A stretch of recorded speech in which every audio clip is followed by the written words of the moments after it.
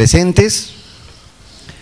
El día de hoy, sábado 13 de julio de 2024, siguiendo el programa por aniversario con ocasión del 102º aniversario del Ilustre Colegio de Abogados de Lambayeque, en mi condición de director de Derechos Humanos, he tenido el honor de que nuestro señor decano, el magíster César Vargas Rodríguez, me realice el encargo de realizar o servir de moderador en este evento denominado conversatorio, para el cual hemos tenido, se cuenta con la presencia de importantes y reconocidos personajes del ámbito del derecho, tanto a nivel local, así como también a nivel nacional, y me permito presentar, en este caso, a nuestros invitados de la mesa de honor, para quienes uno por uno pido por favor se le brinde un fuerte aplauso. En primer término, para el profesor Arsenio Oreguardia, quien nos acompaña el día de hoy.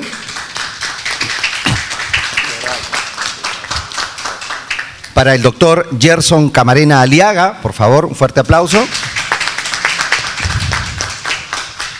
El doctor Juan Riquelme Guillermo Piscoya, que también nos acompaña en esta mesa de honor. El doctor Eliu Amaya Arismendis. El doctor Walter Palomino Ramírez y la doctora Cecilia Madrid Valeria. Muy bien, la temática de este conversatorio tiene como finalidad poner sobre la mesa temas de relevancia jurídica para efectos de que cada uno de los expositores pueda dar su punto de vista, y así como también el público asistente, abogados, jóvenes estudiantes, puedan también hacer las preguntas y de repente indicar los cuestionamientos o los aportes quizá a la temática que se va a desarrollar. Los temas que se van a tratar en el orden correspondiente son: el primer tema, correspondiente a la imprescriptibilidad de los delitos de lesa humanidad. En segundo orden, el tema es exclusión de los partidos políticos de sanción penal. La tercera temática, las consecuencias de la revocación del acuerdo de colaboración eficaz a propósito del caso Barata. Y finalmente el cuarto tema es la suspensión de la prescripción por la formalización de la investigación preparatoria. Muy bien, en ese orden de temas vamos a tener el siguiente desarrollo.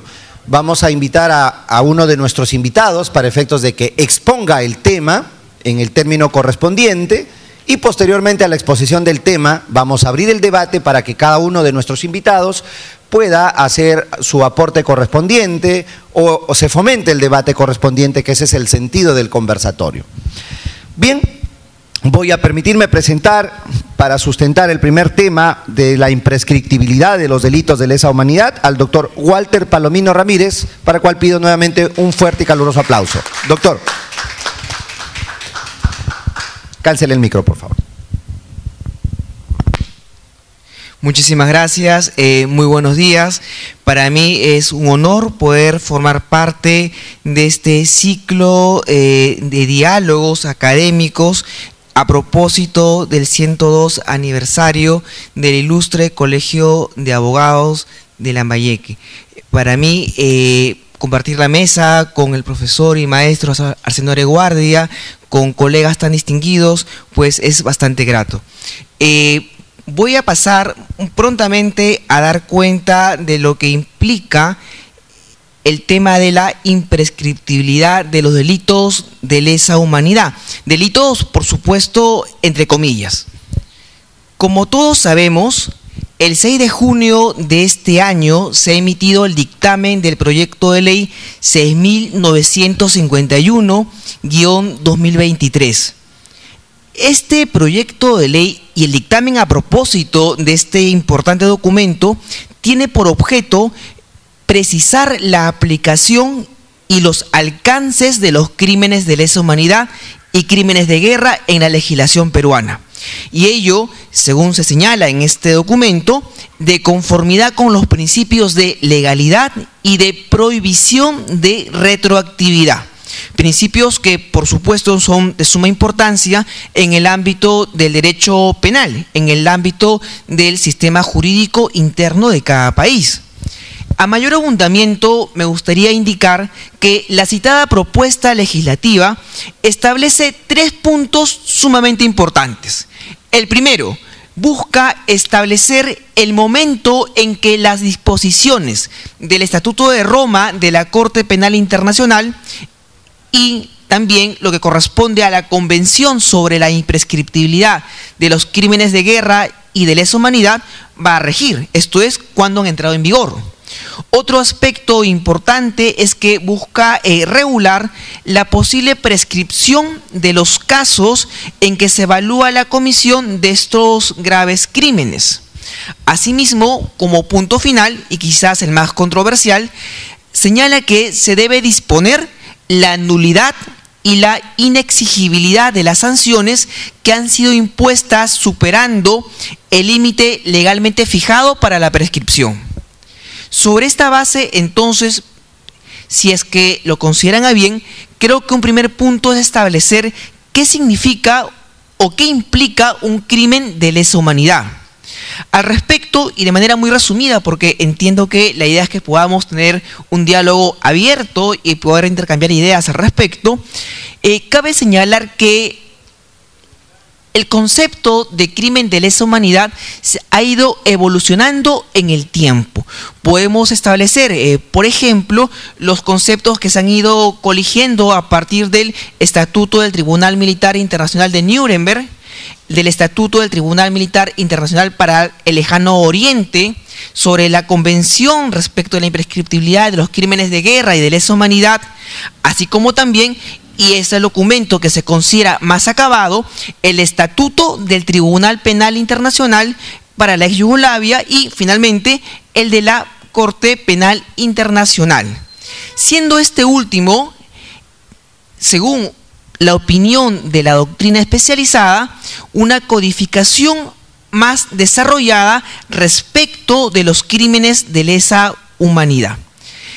Con respecto a este aspecto en específico, cabe indicar que para todos es claro que un crimen de lesa humanidad da cuenta de un acto sumamente, digámoslo así, desvalorado. Es un tipo, un hecho que impacta no solamente de cara a quienes puedan ser familiares de las víctimas o se encuentren vinculadas a ellas, sino en todas las sociedades. Sobre esta base, entonces, se da cuenta de que los principios e instrumentos internacionales que dan cuenta de los crímenes de lesa humanidad son normas de carácter jus cogens. Entonces, para todos queda claro a partir de esto que un hecho sea calificado como crimen de lesa humanidad tiene un importante significado y también graves consecuencias.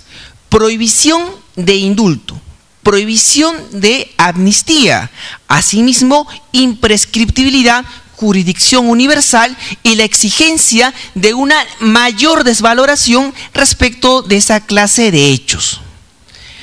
Segundo punto, si es que entendemos que esto es un crimen de lesa humanidad, para todos también debería quedar claro que es importante pues su investigación, procesamiento y eventual sanción. Ahora bien, la imprescriptibilidad o no de esta clase de crímenes en el ámbito nacional.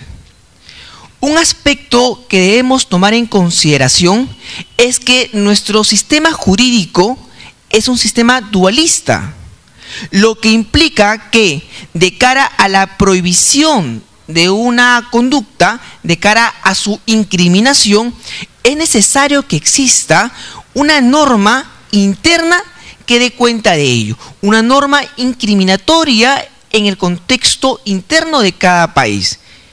Y yo aquí quisiera hacerles la siguiente pregunta. En nuestro país, en el Código Penal o en alguna legislación penal especial, ¿existe un delito de lesa humanidad? Otra pregunta.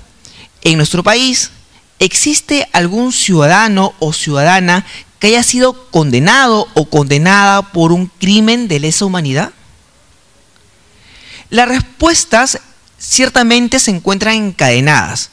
puesto que si en nuestro país no existiera en el Código Penal ni en ninguna ley penal especial estos llamados delitos de lesa humanidad, entonces se podrá entender que nadie podría ser sancionado, hallado responsable de un hecho que en el Perú no se encuentra tipificado. Y eso es precisamente lo que ha ocurrido en nuestro país. El Código Penal, así como otro ámbito de legislación especial respecto a la justicia penal, no regulan ni tipifican los crímenes de lesa humanidad como delitos. Lo que tenemos en el Código Penal son un conjunto de ilícitos que atentan contra los derechos humanos, que castigan la discriminación, el genocidio, la discriminación, entre otras graves conductas, pero no así los crímenes de lesa humanidad. Para que un hecho, por ejemplo un asesinato, sea considerado como crimen de lesa humanidad, debe cumplir ciertos elementos, llamados elementos contextuales. Un ataque generalizado o sistemático contra la población civil con aquiescencia del Estado. Si es que no existe esta regulación, entonces ¿cómo podríamos calificar a un homicidio como, por ejemplo, crimen de lesa humanidad? Se requiere de una norma incriminatoria en nuestro ámbito interno para poder calificar ese hecho como uno de tal naturaleza. Ahora bien, algunos podrían decir, pero al expresidente Alberto Fujimori se le condenó por lesa humanidad. Se podría decir, existe también otras decisiones jurisprudenciales respecto de esta calificación de lesa humanidad. Un aspecto muy importante entonces a tomar en consideración es que los propios magistrados, entre ellos el doctor César San Martín Castro, ha indicado que al expresidente Alberto Fujimori no se le condenó por lesa humanidad. Existe también cierto acuerdo a nivel de la doctrina nacional respecto de que al expresidente Alberto Fujimori no se le condenó sobre esa base, sino a razón del delito de asesinato, así como de otros ilícitos penales los cuales se le halló responsable. Entonces, si es que no se le condenó por lesa humanidad, toda vez que en el Perú no está prohibida o no está tipificada esa clase de ilícitos, ¿por qué sí se le aplica la prohibición de indulto, por ejemplo?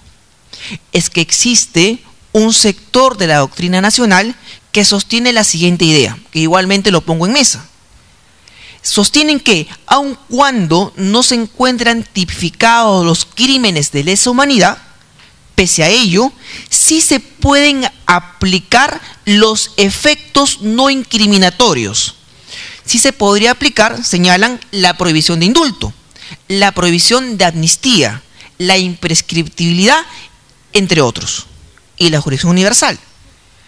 Pero, ¿cómo así se podría aplicar los efectos indirectos de una calificación por crimen de lesa humanidad si es que en nuestro país no están regulados los delitos de lesa humanidad? Me parece que para poder aplicar los efectos de alguna institución, primero tendríamos que haber regulado esa institución. Tercer punto. Entonces, ¿es necesario hablar sobre la prescripción o no prescripción de los crímenes de lesa humanidad en nuestro país? Desde mi perspectiva, el mencionado proyecto de ley, que ha sido muy polémico en estos últimos días, porque se señala que podría impactar negativamente en el sistema de justicia y generar impunidad, realmente no cambia mucho las cosas. Toda vez que, si seguimos este orden de ideas, en vista de que en nuestro país no se ha tipificado los crímenes de lesa humanidad, entonces, ¿de qué imprescriptibilidad como efecto indirecto podríamos hablar? Ciertamente, la no calificación de un crimen de lesa humanidad en el ámbito interno debería provocar, desde mi perspectiva, que tampoco se puedan aplicar los efectos indirectos. Me refiero a todo el conjunto de situaciones o características como es la prohibición de indulto, amnistía, que ya he ido ya he ido mencionando. Entonces, ¿se está buscando la impunidad o, en todo caso, es necesario establecer el momento en el cual rige el Estatuto de Roma o la Convención sobre la Imprescriptibilidad? Yo considero que un aspecto más importante, y también traslado esta pregunta para todos ustedes, sería quizás responder la siguiente interrogante. ¿Por qué en nuestro país, hasta el día de hoy, no se ha establecido en el Código Penal los crímenes de lesa humanidad? Quizás la respuesta más sana o la solución más sana a todo este debate hubiese sido a futuro, por supuesto, que el legislador decida pues que se tipifiquen esta clase de ilícitos en nuestro Código Penal, en el sistema de justicia penal, y a partir de ello comenzar recién a evaluar, por supuesto, los efectos indirectos, que reitero son la imprescriptibilidad, provisión de indulto, amnistía, entre otros. Entonces, solamente en clave de conclusión, por supuesto provisional y condicionada a lo que ustedes puedan aportar y discutir al respecto, considero que sostener que una norma impacta negativamente en el sistema de justicia, cuando en realidad no tiene un mayor, por decirlo de alguna manera, incidencia en lo que ya se encuentra regulado, pues es quizás sobredimensionarla. Aquí el debate está en lo siguiente: ¿se puede aplicar los efectos de la lesa humanidad en un sistema jurídico como el nuestro, que no ha tipificado tal clase de conductas en una ley penal? Y con esto cierro hasta aquí mi intervención, para más bien dar lugar a que en esta mesa puedan pues todos compartir alguna idea al respecto. Muchísimas gracias. Muchas gracias al doctor Walter Palomino Ramírez, y como corresponde invitamos a nuestros ponentes invitados, a nuestros amigos invitados, para efectos de que puedan dar su punto de vista sobre el tema planteado por el doctor Palomino. Si alguien quisiera… Doctor Juan Guillermo, acá le cedo los micrófonos.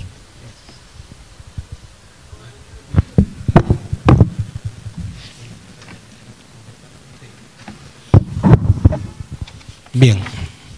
Bueno, en primer lugar quisiera saludar al ilustre Colegio de Abogados de Lambayeque por su aniversario que cumple en esta oportunidad, y al mismo tiempo saludar al maestro Florencio, el doctor Arsenio Oreguardia,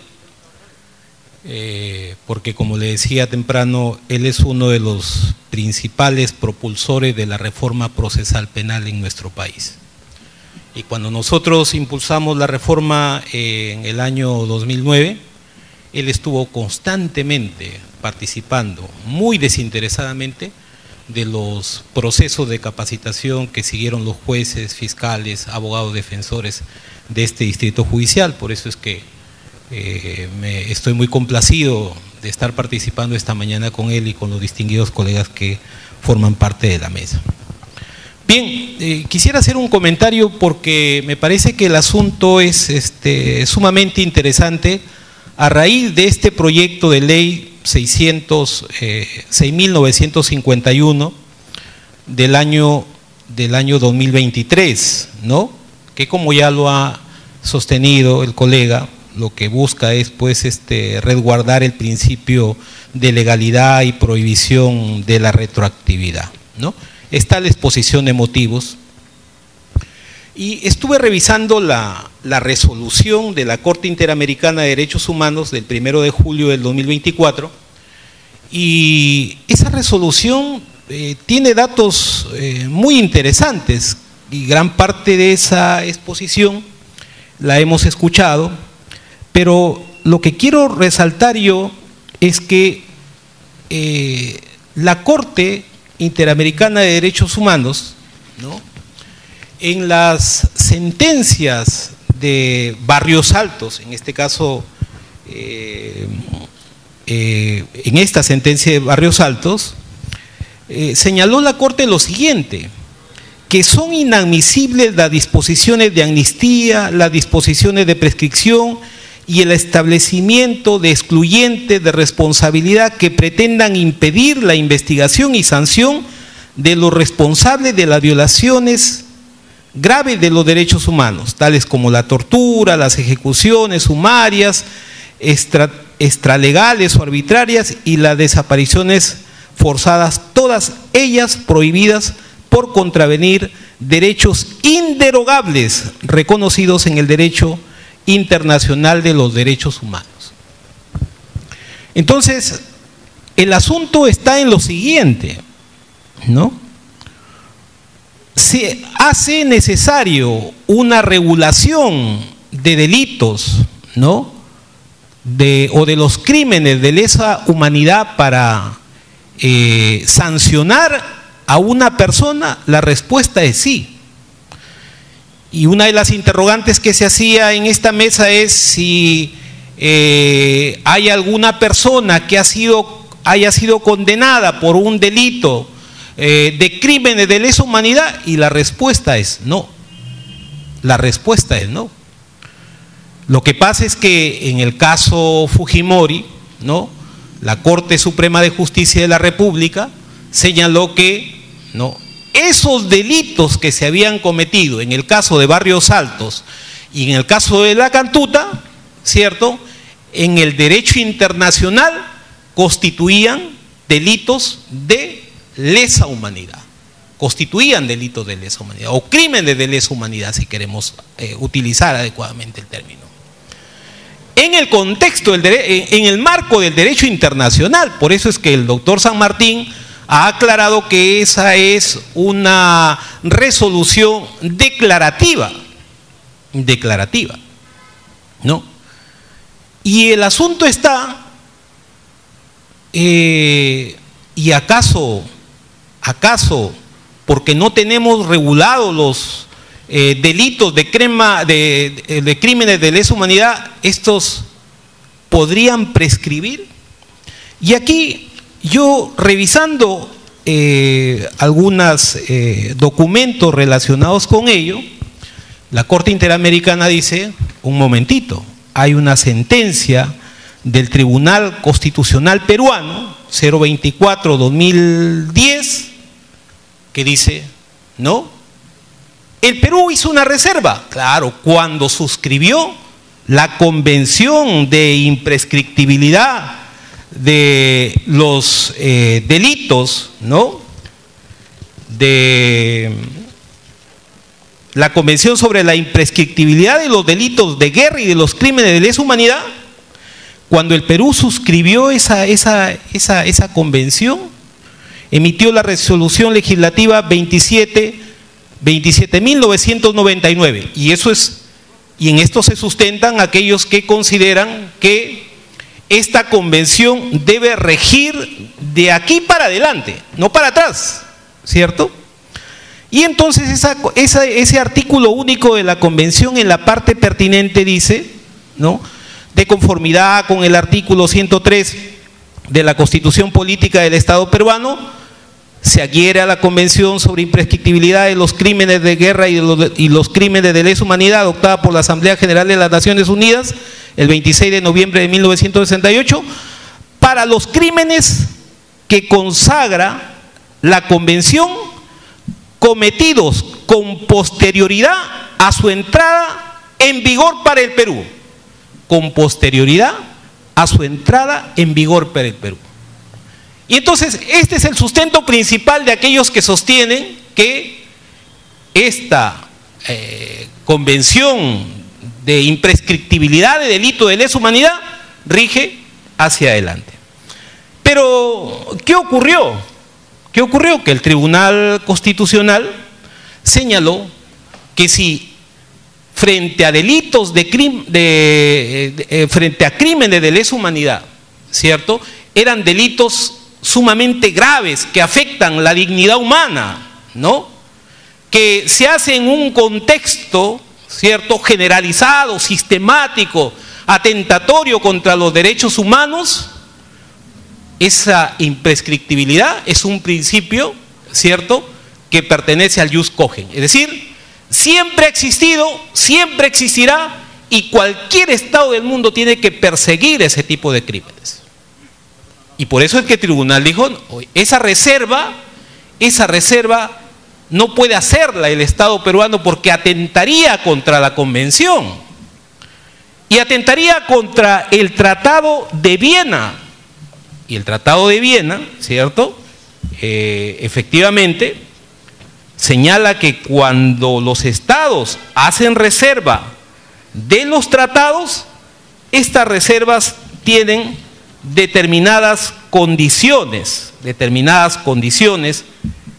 para poder, para que los Estados puedan efectuarla. Y esa, por lo tanto, va contra los derechos, ¿cierto?, que tienen este carácter y que son protegidos por la Convención. Entonces, yo considero que la imprescriptibilidad de crímenes de lesa humanidad, yo creo que no requiere, ¿no?,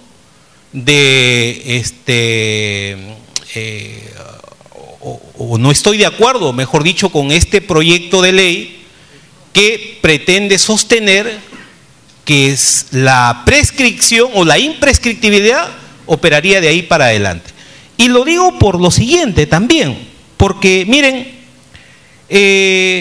anterior a esta norma, o sea, este tema no es nuevo. El 1 de septiembre del año 2010 se publicó el decreto legislativo 1097, decreto legislativo que regula la aplicación de normas procesales por delitos que implican violación de derechos humanos. El año 2010 suscribe el presidente Alan García Pérez. ¿Y qué se dispuso en ese decreto legislativo? Lo que ahora estamos viendo con este proyecto de ley. ¿Qué se señaló en ese decreto legislativo? Para efectos procesales, precísese que la Convención sobre la imprescriptibilidad de los crímenes de guerra y de los crímenes de lesa humanidad aprobado por resolución legislativa 27.998 surte efecto y rige para el Perú a partir del 9 de noviembre del 2003 conforme a la declaración realizada por el Perú al momento de adherirse a la citada convención. O sea, esto ya se había regulado en la época del expresidente Alan García.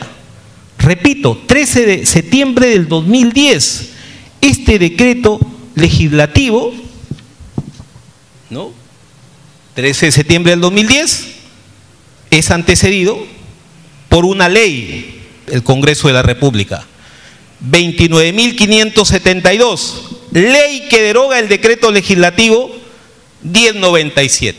O sea, se expidió ese decreto legislativo, ¿cierto?, con facultades delegadas por el Congreso al Ejecutivo, y luego el Congreso derogó el decreto legislativo 1097. Pero antes ya el tribunal había dicho que, evidentemente, esa reserva que había hecho el Perú no podía hacerla porque atentaba contra el Tratado de Viena.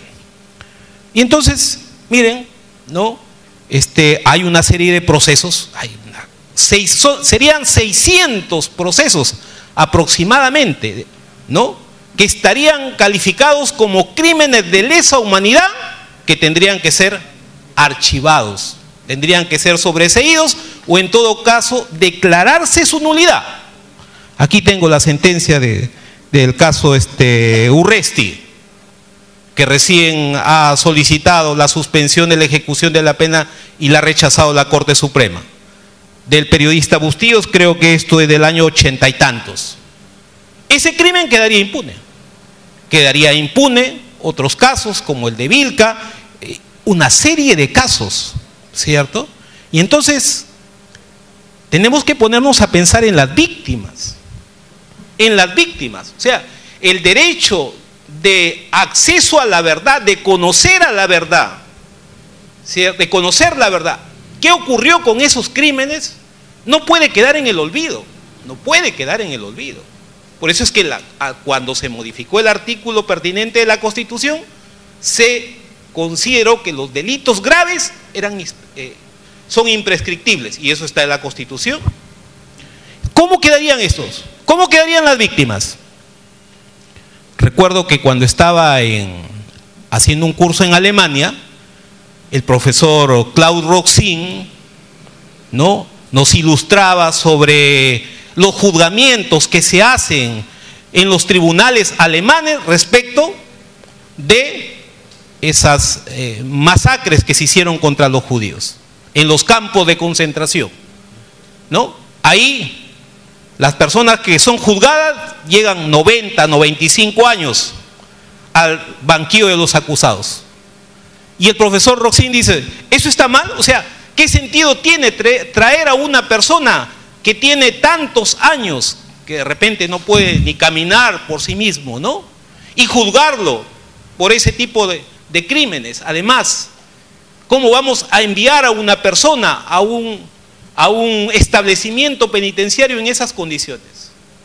Y el profesor Klaus Roxin decía, pero el sentido comunicativo de la pena y la finalidad de que las víctimas puedan conocer la verdad, lo que ocurrió realmente, eso genera cierto estado de paz, de tranquilidad a aquellas víctimas, ¿cierto?, o los familiares de aquellas víctimas que sufrieron esos crímenes atroces. Y entonces yo creo que tenemos que de repente también entrar, y con esto voy terminando, a un tema de análisis ya un tanto constitucional, ¿no? Aquellos que en algún momento hemos seguido alguna maestría o cursos en materia de derecho constitucional, ya no estamos en ese estado anterior, donde la ley era la base de todo.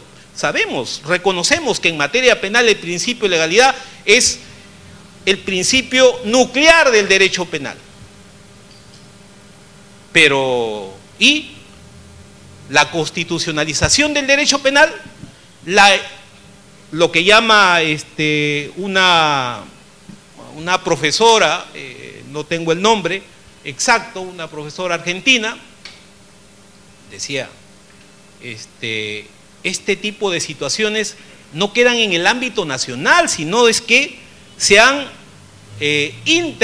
internacionalizado. Por eso es que el profesor Ferrayoli hablaba de una constitución global, ¿no?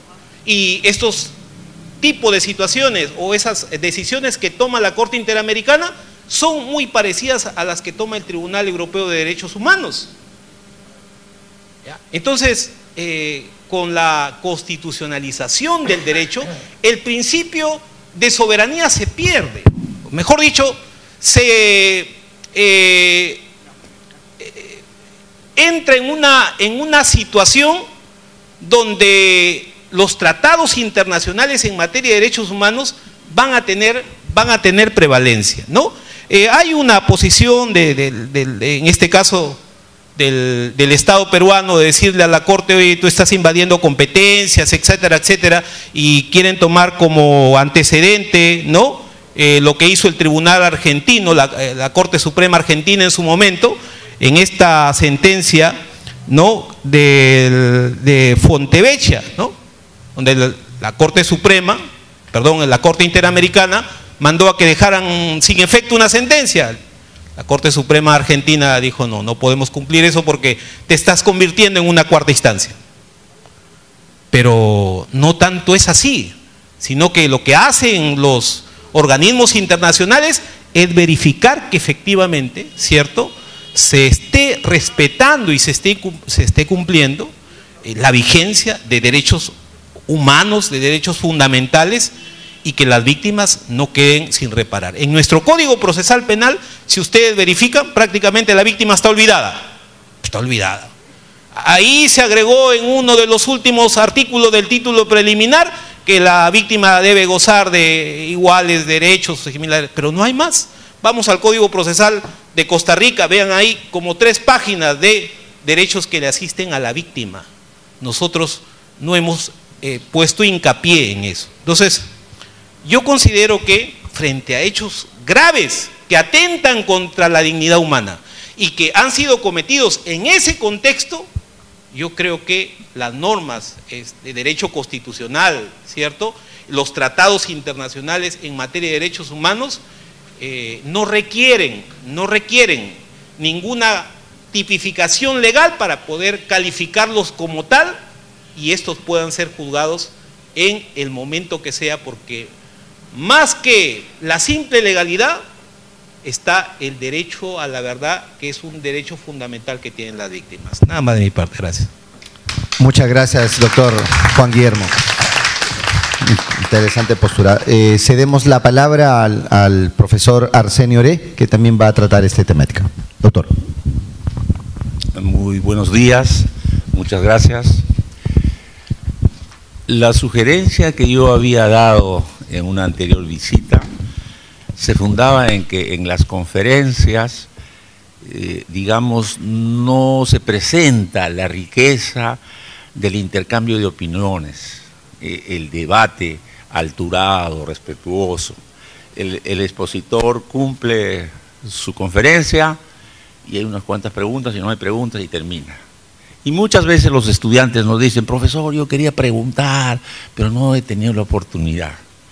Y creo que si tenemos un deber es con los estudiantes, porque a ellos pertenece el derecho y sobre todo la obligación de volverse analíticos, técnicos, no dejarse llevar por el facilismo mediático, ¿no?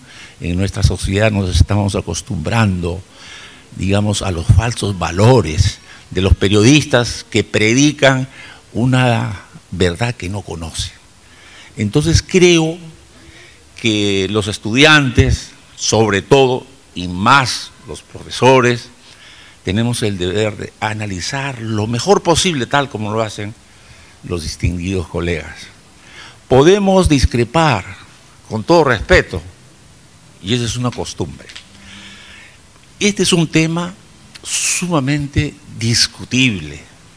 Yo naturalmente respeto mucho la opinión de Walter, ¿no? Trabajamos juntos, ¿no? El doctor Piscoya, por supuesto que también lo respeto muchísimo, pero uno tiene que formularse sus propias ideas.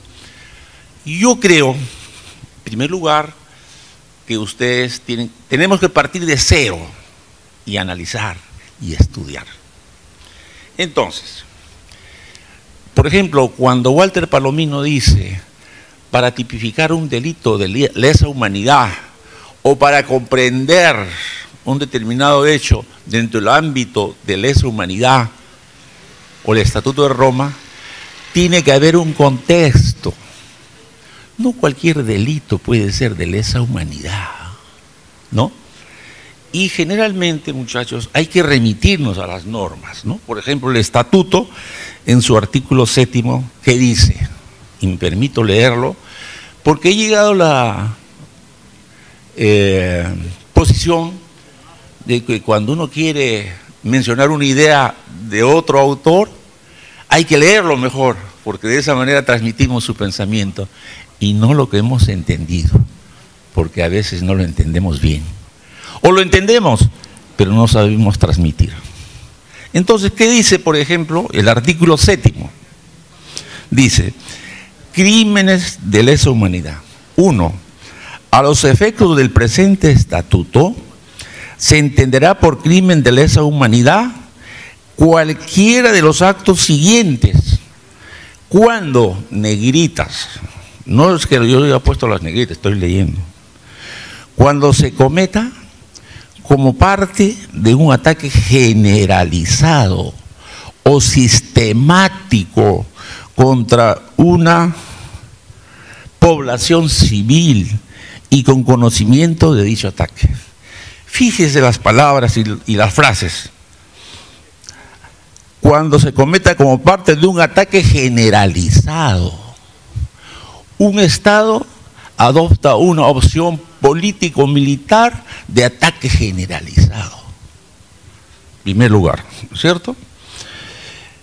Sistemático contra una población civil, no una persona, no un grupo de personas, una población civil, ¿no? Y con conocimiento de dicho ataque. Después dice, la Corte Penal Internacional ha interpretado dicha disposición convencional a fin de identificar los elementos contextuales. Elementos contextuales. ¿Cuáles son los elementos contextuales?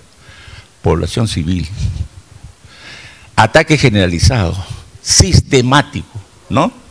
Contextual. Y después dice, en el considerando 27.7.3, el encabezamiento del artículo 7 del estatuto que establece los elementos contextuales de los crímenes de lesa humanidad dice: los efectos de este estatuto, crimen de lesa humanidad, significa cualquiera de los siguientes actos cuando se cometa como parte de un ataque generalizado sistemático dirigido contra cualquier población civil con conocimiento del ataque.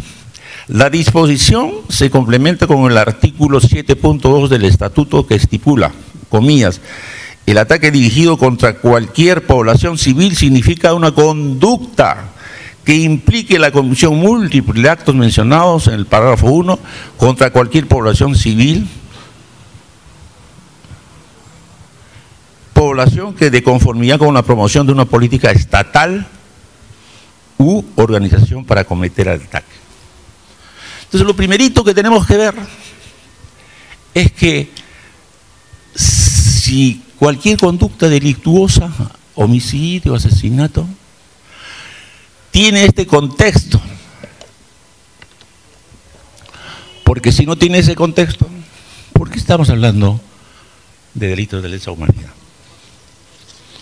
Ahora, en el Estatuto de Roma se dice pues que hay una serie de delitos degradantes contra una población civil, con una política sistemática. Y justamente el doctor Piscoya nos ha descrito, digamos, el exterminio nazi contra los judíos, ¿no? Ese tipo de actos realmente nos repugnan, porque están en ese contexto. Y se dice que si existe ese contexto, puede haber homicidios intencionales, exterminio, esclavitud, deportación, encarcelamiento, tortura, violación, persecución por motivos políticos, raciales o religiosos. Entonces, lo primero que tenemos que ver es que no podemos continuar con el análisis si primero no describimos el contexto, ¿no es cierto? El ejemplo que da el doctor Piscoyo, el crimen nazi, ¿no? Pero saltemos. El delito que cometió o habrá cometido Urresti es despreciable, degradable. Bustíos era un periodista de caretas y en la época de la lucha contra el terrorismo se le eliminó vilmente.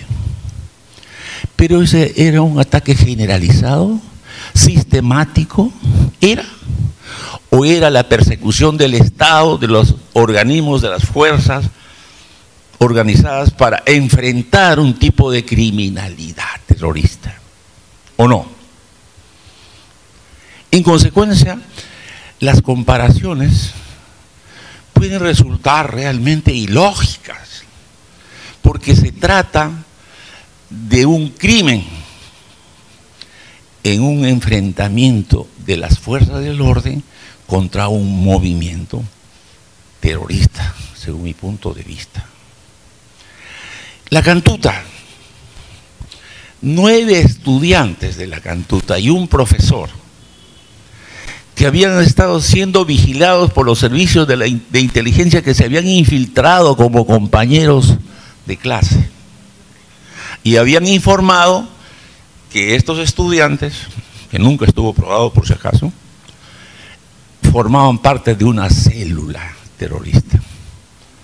Y entonces los militares, montesinos, organizaron la captura de esos 9 estudiantes y después los mataron vilmente.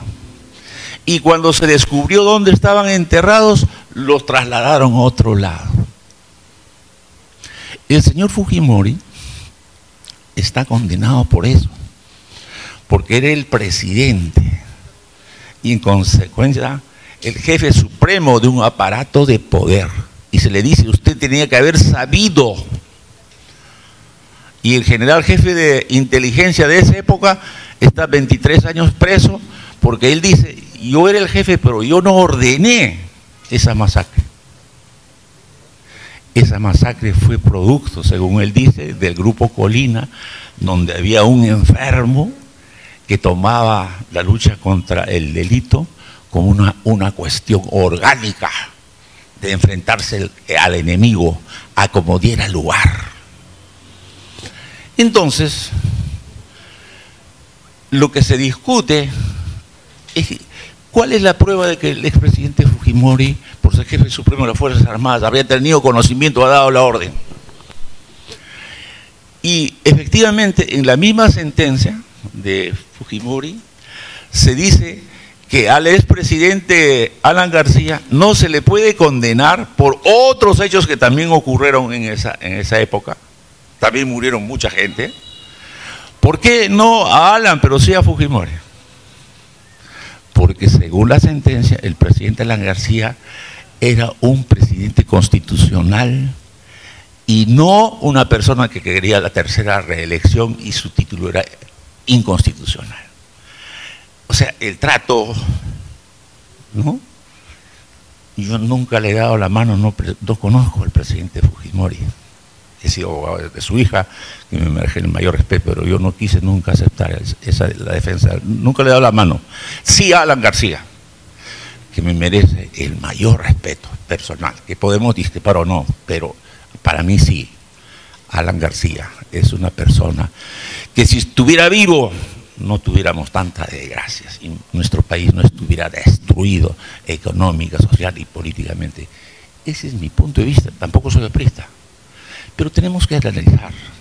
Cada vez más los profesores nos damos cuenta que no podemos hacer derecho procesal ni derecho penal sin conocer la realidad, la historia o la filosofía, que no hemos tenido tiempo de estudiar cuando éramos como ustedes, alumnos, y que a nuestra edad es muy difícil hallar tiempo para estudiar filosofía, lógica, historia. Pero ustedes sí tienen algo valioso que nosotros no tenemos. Hablo por mí, porque la mayoría son mucho más jóvenes que yo.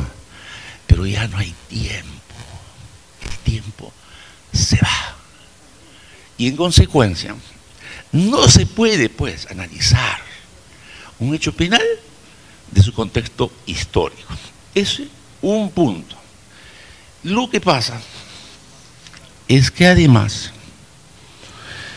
el asunto es que la Corte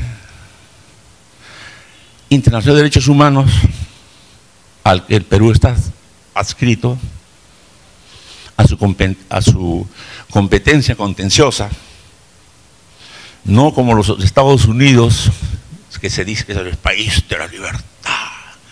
Ellos no están vinculados a la Corte en su manifestación contenciosa. Y eso los permite no ser procesados por nada, aunque hayan invadido un país como fue Panamá, para capturar a su presidente, ¿no es cierto?, y llevárselo a Estados Unidos a juzgarlo. Que les ha permitido también invadir otro país en el Medio Oriente para matar a Osama Bin Laden, que se había atrevido al acto terrorista más brutal que se ha cometido el 11 de septiembre de 2001 en los Estados Unidos, ¿cierto? Pero nosotros, peruanos, alegremente, sin analizar, aceptamos las convenciones y después nos ponemos a discutir si la Corte nos puede ordenar. Estoy diciendo ordenar. En estos días la Corte Penal, la Corte Interamericana o la Comisión de Derechos Humanos de la OEA nos ordena que no siga el debate en el Parlamento, porque eso atenta contra los derechos humanos.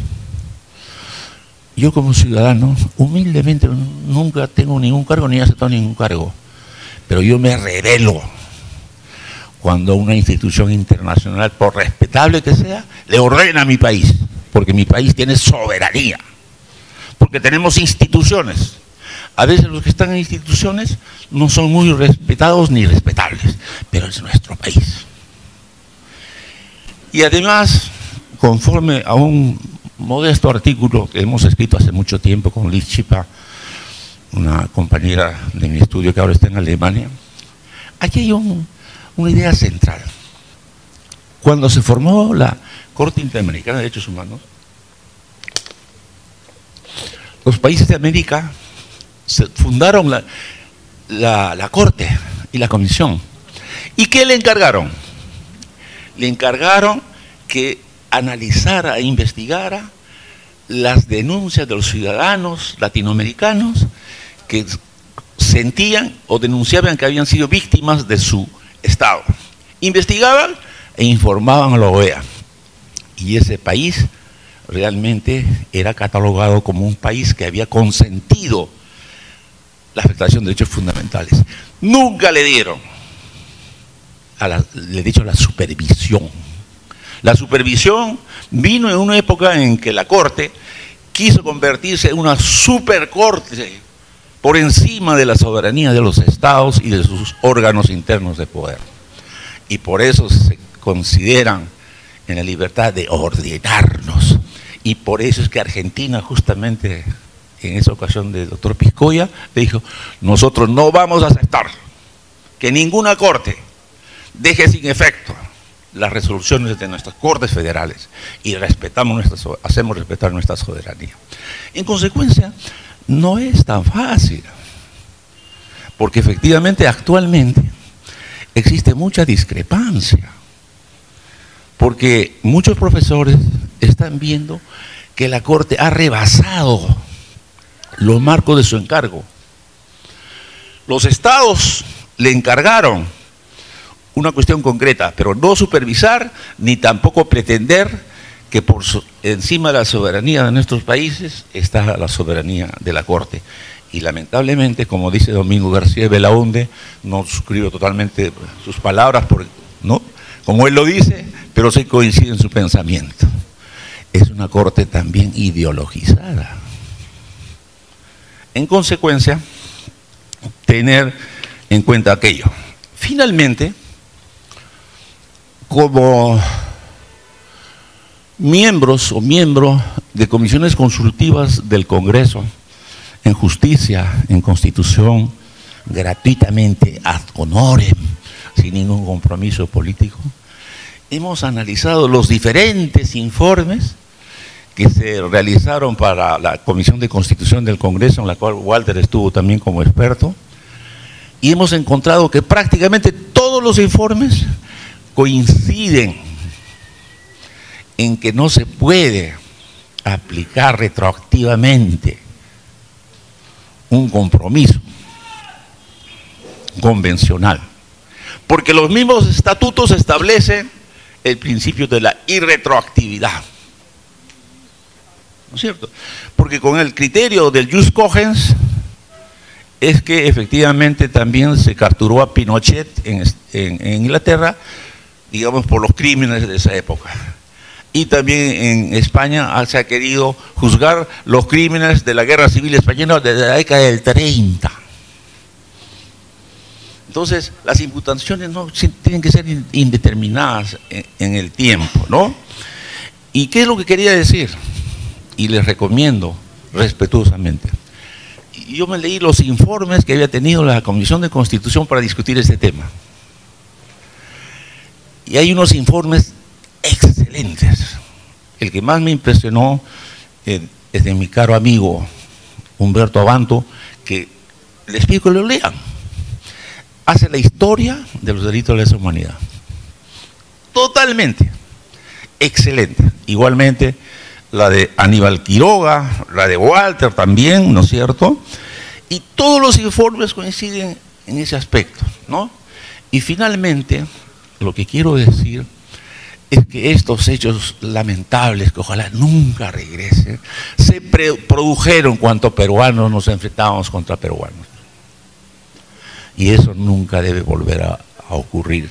Pero lo que sí tenemos que hacer es analizar, estudiar y convertirnos en personas que ayudan a nuestros ciudadanos a comprender las instituciones jurídicas y no fácilmente leer el periódico y dejarnos llevar muchas veces por una información a veces interesada o a veces mediocre que contamina nuestro pensamiento, sino analizar. Empecemos por leer esos informes y podemos discrepar, como yo respetuosamente discrepo en esa parte al doctor Piscoya, que lo respeto muchísimo como un excelente magistrado, pero para eso es la conversación y el debate. Aprendamos a, digamos, discutir con respeto y consideración. Muchas gracias. Muchas gracias. Muchas gracias, profesor Arsenio. Va a hacer uso de la palabra el doctor Walter Palomino por segunda oportunidad. Muchas gracias, muy amable. Bueno, ciertamente no hay nada más democrático que la discrepancia, ¿no? Sobre todo cuando está basada en posiciones muy bien argumentadas, sólidamente construidas. Derecho penal democrático, por supuesto, toda vez que nuestro modelo de Estado se adscribe al modelo de una democracia constitucional, lo cual implica dos obligaciones principales: la primacía de los derechos fundamentales y la defensa de la Constitución. La Constitución indica: todo ciudadano peruano, ciertamente, es del principal interés del Estado, todo ciudadano. Sobre esta base se le reconoce un conjunto de derechos. Se entiende entonces que un derecho penal democrático tiene que verse, por tanto, implicado por la propia Constitución. Los mecanismos de atribución de responsabilidad, la dogmática penal que sostiene la atribución de responsabilidad tiene que ser democrática y constitucional. Si es que esto es así, podríamos preguntarnos: atribuir a un ciudadano un denominado crimen de lesa humanidad que no se encuentra tipificado en nuestro país, ¿es democrático y constitucional? Según la Corte Suprema, eso no se puede hacer. De acuerdo a la Corte Suprema, no se puede calificar en nuestro país un hecho como crimen de lesa humanidad. No puede responsabilizarse a un ciudadano bajo tal calificación en nuestro país. No obstante, sí se le puede imponer los efectos no incriminatorios indirectos. Repito, prohibición de amnistía, indulto, entre otros. Pero si es que en nuestro país un ciudadano no puede ser responsabilizado por un crimen de lesa humanidad, no pueden existir condenas bajo ese título, ¿cómo es que sí se puede aplicar los efectos de algo que no se encuentra regulado? Se sostiene que negar estos efectos indirectos, por ejemplo, la prohibición de la prescripción, de la imprescriptibilidad, perdónenme, sería dejar escenarios de impunidad. El delito de asesinato tiene una pena no menor de 15 años. Si es que es no menor de 15 años, el extremo máximo evidentemente es de 35 años. La prescripción ordinaria del asesinato es de 35 años y la prescripción extraordinaria será de 35 más la mitad de esa pena. Creo yo que un tiempo mayor a los 40 años para poder procesar a un ciudadano, ¿acaso no es suficiente? La prescripción, y seguramente se va a conversar sobre este aspecto más adelante, es un castigo al propio Estado, toda vez que en un tiempo determinado no ha podido procesar legítimamente a un ciudadano y no ha podido en su oportunidad, como bien señalaba el profesor, reconocer los derechos de una posible víctima. Cuando un hecho se procesa de forma indefinida, lo que ocurre es lo siguiente: hay un ciudadano que se queda en la total incertidumbre respecto de si algún día perderá o no su libertad, o si se encuentra incluso ya detenido, una prisión preventiva, por ejemplo, si es que en algún momento la recuperará. Asimismo, va a provocar que una víctima no encuentre justicia pronta, toda vez que, como el hecho es imprescriptible, pues se puede seguir investigando ad infinitum.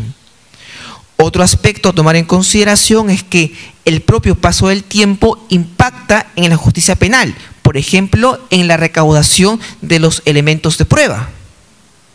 Pasado 10, 20, 30 o 40 años, ¿se podrá conseguir la evidencia suficiente para poder procesar legítimamente a un ciudadano? Desde mi punto de vista, a la luz de todo lo que vengo comentando, creo que no. Entonces, y como decía en mi primera intervención, no creo que el problema sea si un hecho es prescriptible o imprescriptible. El problema viene si es que el Estado peruano puede, en un tiempo razonable, procesar legítimamente a un ciudadano, con todas las garantías. Un derecho penal democrático y constitucionalizado tiene que garantizar los derechos de una persona involucrada en un proceso penal que puede perder su libertad, así como también tiene que garantizar los derechos de una posible víctima. Es decir, se tienen que garantizar los derechos de todos los sujetos procesales involucrados en el proceso. No podría ser, desde mi perspectiva, por supuesto modesta y respetuosa de la discrepancia, aceptable que los defectos del Estado, logísticos, de repente de capacitación o entre otros, se carguen sobre la espalda de un ciudadano que tenga que luego transcurrir toda su vida procesado por un hecho que según algunos es un crimen de lesa humanidad y por tanto imprescriptible, pese a que en nuestra legislación interna eso no se encuentra tipificado como tal. Sería mejor ver cómo potenciamos al sistema de justicia para que un delito como el asesinato, como las lesiones graves, entre otros graves ilícitos, puedan ser castigados en su oportunidad, siempre sobre la base de que se haya demostrado, más allá de toda duda razonable y en un tiempo aceptable, la responsabilidad de un ciudadano peruano. De lo contrario, entonces, estaríamos sosteniendo que un derecho penal es democrático cuando protege hipotéticamente a una víctima, pero desconoce los derechos de la persona imputada. Me parece que la idea no va por desconocer los derechos de unos y sí los de otros, sino más bien reconocer los derechos de todos y todas las personas que se puedan encontrar involucradas en el proceso penal. Y finalmente, solamente para acabar esta intervención y también dejarlo aquí en mesa, es cierto que en nuestro país existen diversas decisiones que han sido consecuencia de algunas calificaciones dadas por la Corte Interamericana de Derechos Humanos.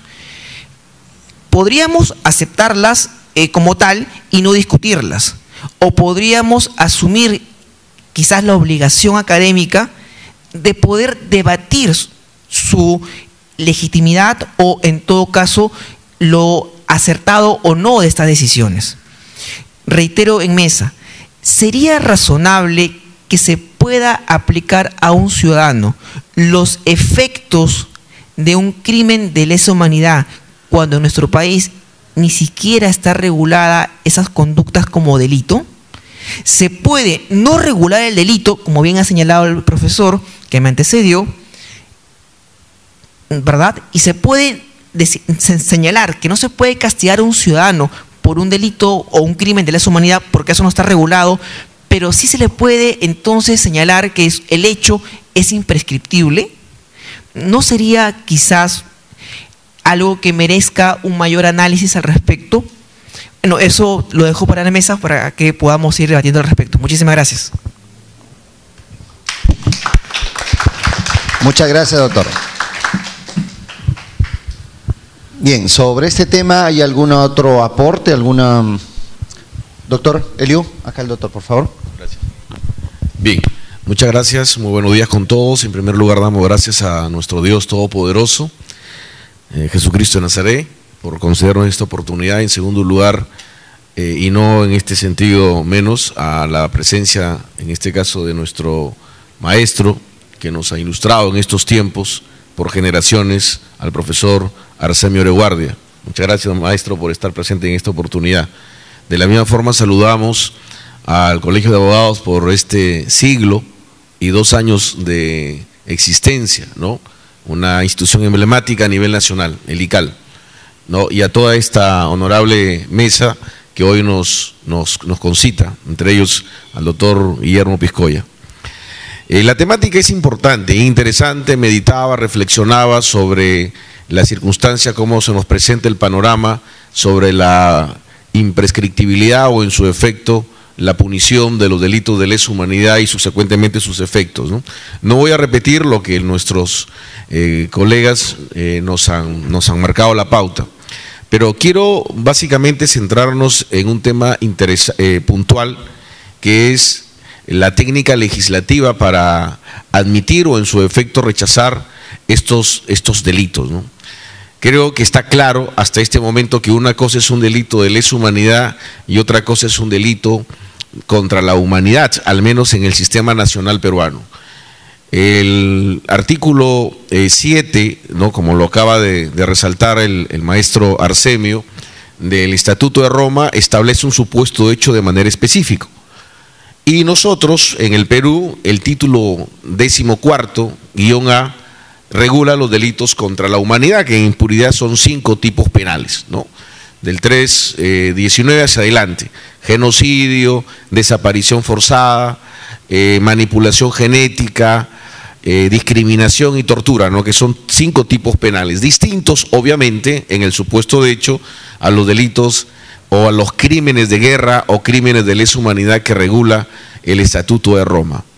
En ese sentido advertimos en concreto que el supuesto de hecho, que es básicamente la connotación que contiene la norma prohibitiva o la norma de mandato, para poder, en este caso, castigar o en su efecto enervar la responsabilidad, es totalmente distinto, ¿no? El maestro nos daba lectura el artículo 7, que establece concretamente como supuesto de hecho la agresión, ¿no?, en este caso sistematizada o en su efecto generalizada contra una población civil en concreto, y esto con conocimiento del Estado.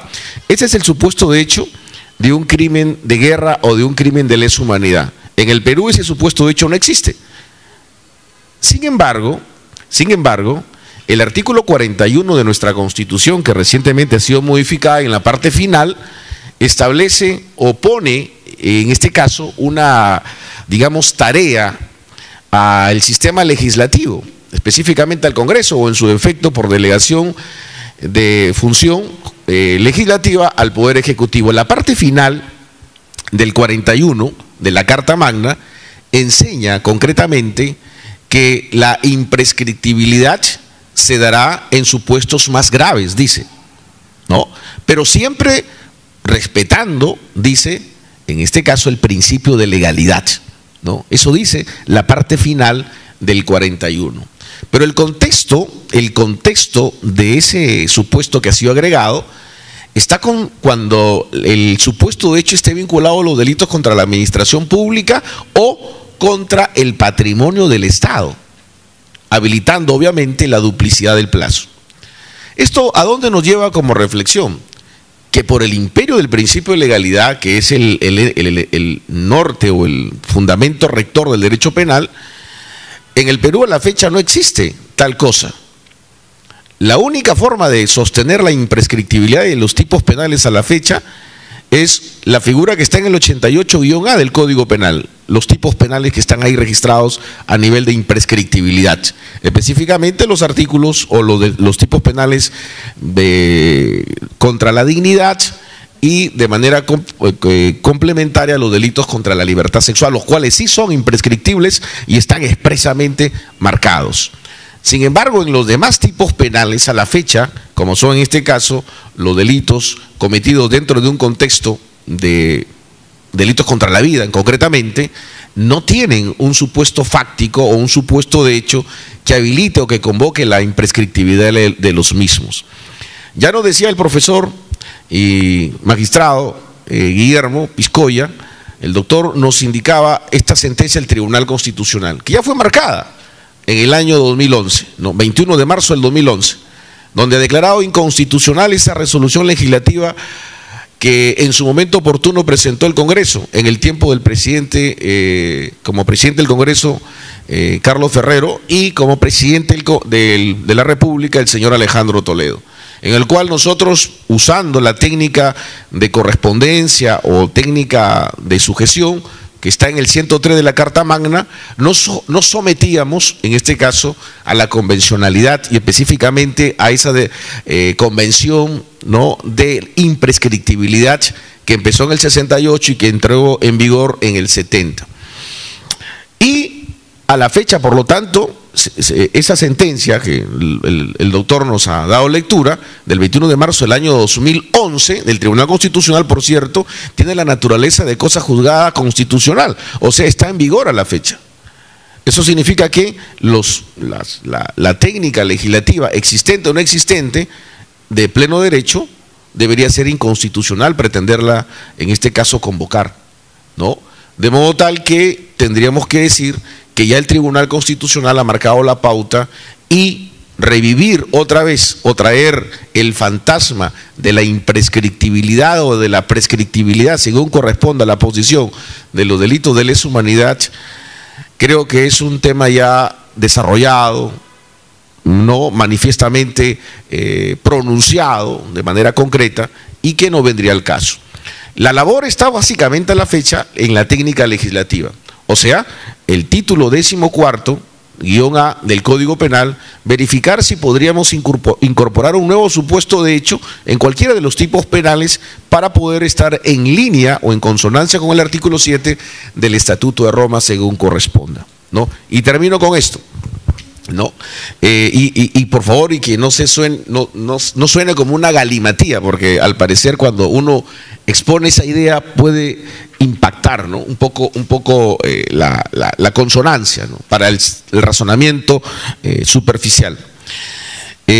Meditando en las técnicas legislativas que nos da la doctrina procesalista y la doctrina sustantiva, encuentro que la regla, en técnica legislativa, la regla es la impunidad para el derecho penal. La regla es la impunidad. El principio de legalidad es la excepción. Es decir, el nullum crimen nullum poema sine lege, ¿no?, que implica punir conductas, ¿no?, punir conductas, es justamente la excepción. Porque el modelo en el cual nosotros nos manejamos es un modelo social democrático de derecho. Y solamente las conductas que están afectas taxativamente como delito vendrían a ser la excepción para que se encuentre habilitado el derecho penal. Por lo tanto, la regla en concreto es la libertad, o en técnicas legislativas de connotación delictual sería la punibilidad. Una reflexión a trabajar. Muchas gracias. Muchas gracias, doctor Eliu.